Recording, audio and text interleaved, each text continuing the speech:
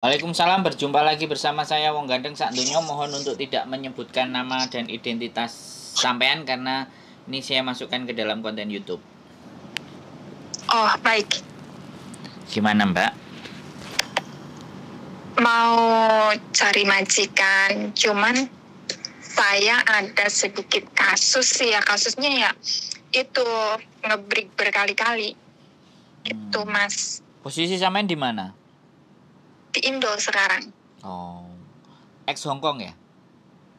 Iya. Oh. Sampai berapa kali sampean ngebreak? Kalau yang pertama itu bukan ngebreak sih ya. Kalau yang pertama kali datang ke Hongkong itu saya jaga orang tua lumpuh. Lumpuhnya itu lumpuh total. Dan terus setelah 3 bulan saya di sana, si jompoknya itu meninggal. Kata bosku, katanya suruh difiniskan. Tapi saya nggak mendapatkan surat finish. Oh. Kalau seandainya saya di interminate, tapi saya nggak mendapatkan uang interminate atau nggak dapat surat notis kayak gitu. Cuman setelah itu saya dikeluarkan, dipulangkan ke agent, terus kata agent suruh cari majikan baru. Dan saya itu cari majikan baru menunggu visanya itu di Macau waktu itu. Selama 3 bulan di Macau, terus dapat majikan, yaitu saya kerja sama dia selama 6 tahun 7 bulan. Sama bos saya yang itu. Terus saya udah pulang ke Indo. Dan pulang ke Indo ya cukup lama sih, 1 tahun lebih. Baru saya dapat majikan lagi. Nah, di majikan yang ini saya itu yang notis, ngebreak. Bukan ngebreak, notis. Kerja 7 bulan. Saya itu ngebreak karena yang saya jaga itu gangguan mental. Gitu. Suka mukul ini dan itu, jadi saya nggak betah. 7 bulan di situ, dan saya kerja lagi di Tunmun. Itu selama 2 tahun menjaga orang tua juga. Itu finish.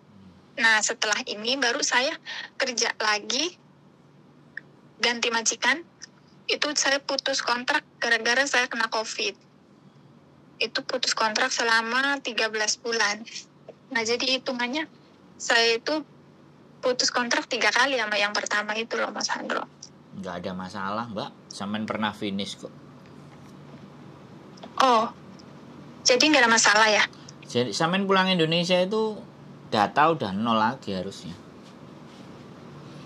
Jadi, tapi kan pulangnya baru kemarin. Iya, jadi gini Mbak. Hongkong kan peraturannya adalah orang yang terminate kontrak. Terminate kontrak itu bisa break, bisa interminate. Terminate itu putus. Putusnya kontrak itu diakibatkan si CC-nya sendiri yang pingin pergi atau majikannya nggak suka sama CC-nya, kan hanya 2 hal itu toh. Nah, peraturannya kan dengan 2 hal itu kan tetap CC harus pulang ke Indonesia, ke negara asal toh. Dan majikan wajib membelikan tiket. Selama sampai sudah break dan sampai pulang Indonesia itu sudah gugur tugas, tinggal balik lagi ke Hongkong lagi. Catatan Hongkong sudah clear, nggak ada masalah. Nah, catatan yang masih masalah itu adalah catatan kalau, sekali lagi kalau sampai ada kriminal, nyuri coklat, nyuri ayam, jualan di Victoria Park, ketangkep sampai polisi punya bukti, nah itu baru kriminal. Jual narkoba, nah itu kriminal. Nah itu rawan. Kalau sampean kayak gini nggak ada masalah, Mbak. Sekalian ini kan saya sampaikan di channel YouTube saya juga buat pengalaman teman-teman yang punya kasus hampir sama, mungkin bisa jadi seperti sampean. Sebenarnya 1 tahun break 3 kali, 1 tahun break 2 kali, 1 tahun break berapa kali itu sebenarnya menurut saya Hongkong itu kan katanya anak-anak kan 3 kali. Sebenarnya yang bermasalah bukan di Hongkongnya, yang bermasalah adalah di Indonesianya. Kita masuk ke PT belum selesai finish, belum sampai finish atau potongan belum kelar, balik lagi proses ke Indonesia terus dipotong lagi. Jadi anak-anak yang justru break interminate itu sebenarnya nyugihno PT. Jadi seperti itu. Karena hitungan kontrak itu kan 2 tahun. Nah, oke. Sampean kalau nanti proses sama saya lagi boleh kirimkan KTP Indonesia sama KTP Hongkongnya ke saya. Nah, karena sampean X, jadi sebenarnya tidak harus nunggu di PT lama. Iya, saya pengennya gini loh Mas Sandro, pengennya calling visa gitu, sistem calling visa gitu, bisa bantu nggak? Sampean ngerti nggak calling visa itu kayak gimana? Nggak ngerti, cuman sengerti saya nggak harus masuk PT lama-lama, cuman Iya. apa tuh namanya, medical, terus pinjer, setelah itu pulang nunggu visa di rumah kayak begitu. Sampean ini di Hong Kong apa di Indonesia? Di Indonesia. Nah, ya kalau di Indonesia kan ya sampean tunggu interview sama majikan cocok baru berangkat loh. Kan gitu prosesnya. Oh iya. Saya tuh pengennya seperti itu. Lah ya memang begitu kalau X. Nggak usah masuk. Loh kalau X begitu. Kalau masuk PT itu non, karena belajar dulu. Iya sih, enggak, kemarinnya saya udah sebelum ini ya, sebelum puasa itu kan udah saya coba. Katanya nggak bisa, kalau nggak calling visa itu nggak bisa, Mbak. Katanya harus masuk PT, ya tunggu di PT, stay di PT, katanya gitu. Ya, PT-nya... Sedangkan nggak tahu visanya itu bisa turun 4 atau 5 bulan katanya. Hah? Di PT sampai 4-5 bulan, saya bilang. Sampean dapat info PT ya kelamaan. Ya berarti kan sampean dapat PT sing dengan sistem yang kayak gitu. Kalau sistem saya enggak. Kalau sistem saya ya ada 2 PT, yang satu dokumen diminta semuanya komplit lengkap, udah masuk dokumen, di data ditulis, di interview, foto, terus dimintain video, jauh siki jike siau apalah, pengenalan itu apa namanya, kau jike apa namanya, Ais, aku gak bisa bahasa kantor. Sampean kan udah tahu. Nah, paling diminta video itu terus dikirim ke majikan misalnya ngelihat postur fisik sampean cocok, telepon lo, interview cocok, ya udah proses ke Hong Kong, habis itu bisa turun sampean dipanggil lo. Gitu ya Mas Hendro ya. Terus mengenai potongan gimana Mas Hendro? Tanyakan ke PT. Jadi kalau di PT saya nggak mau ngasih secara pasti ya, tapi yang jelas maksimal ya, nggak maksimal sih, rate di antara, karena semuanya tergantung. Anak-anak ada minta uang saku dan ABCD saya bla bla bla, aku nggak ngerti, atau datanya nggak komplit atau apa, itu kan jadi berpengaruh gitu loh. Kita 2.000 sampai 2.300 rate. Berapa bulan? 6 bulan pastinya. Oh gitu ya. Iya. Kemarin baru laporan sama saya, ada lagi anak-anak yang nyampe di Hong Kong 3.200. Wah, silakan dilaporin. Mahal banget. Iya, ada yang kayak gitu. Tapi yang punya saya enggak.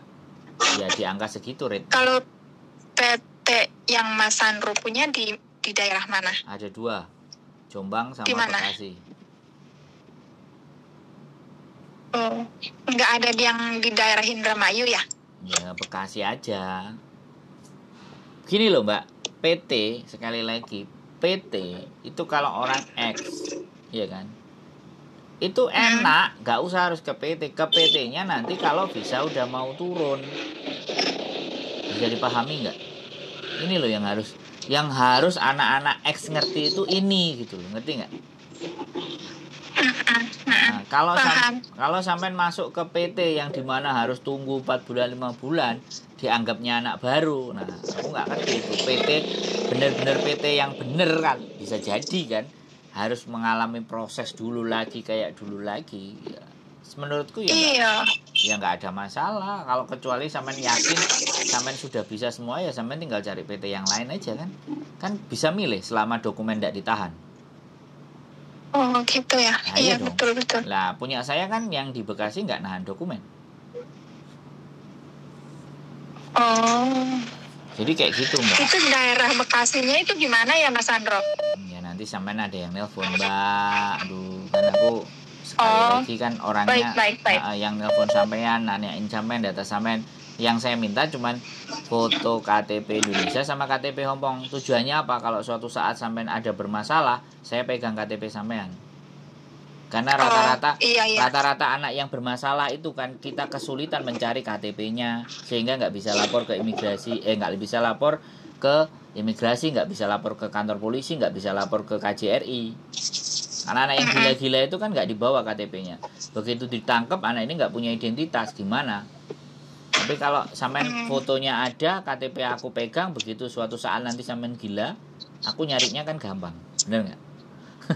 Iya, betul. Makanya kan kadang-kadang di situ gitu loh, anak-anak itu menyepelekan hal itu gitu. Dan PT-PT yang memproses itu rata-rata pada mau nggak mau bertanggung jawab lah. Saya kan posisinya di Hong Kong, sampean punya masalah kan saya pegang data sampean. Yang penting, nah sudah hampir 1 tahun ini saya ngonten, nggak ada yang bilang KTP-nya kepake untuk barang-barang yang nggak beres, nggak kena. Berarti kan saya bisa dipercaya, Mbak. Karena bagi saya sekali lagi tidak ada nilai harga uang lebih besar daripada ketika kita dipercaya. Uang akan datang ketika kita dipercaya. Tapi kita sudah nggak punya uang, nggak bisa dipercaya, ya nggak bakal datang tuh uang. Iya, betul banget. Jadi kuncinya itu dipercaya dulu lah. Apalagi saya naik ke konten. Orang mau ketemu saya, orang lihat muka saya, omongan saya apa di konten kan bisa. Iya, betul Mas. Ya begitu, makanya monggo kalau memang sampean merasa percaya dengan saya, bisa saya boleh bantu, boleh. Kalau mau banding-bandingin sama yang lain silakan. Karena saya bukan Farel, jadi boleh dibanding-bandingkan. Jadi bukan tidak boleh. Kalau Farel kan enggak mau. Saya jadi ketawa.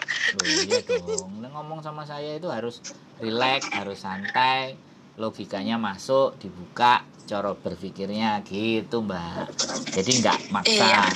Dan saya kan bukan sponsor gitu loh. Saya bukan PL, ya kan. Sampean yang nelpon saya kan gitu. Iya, betul.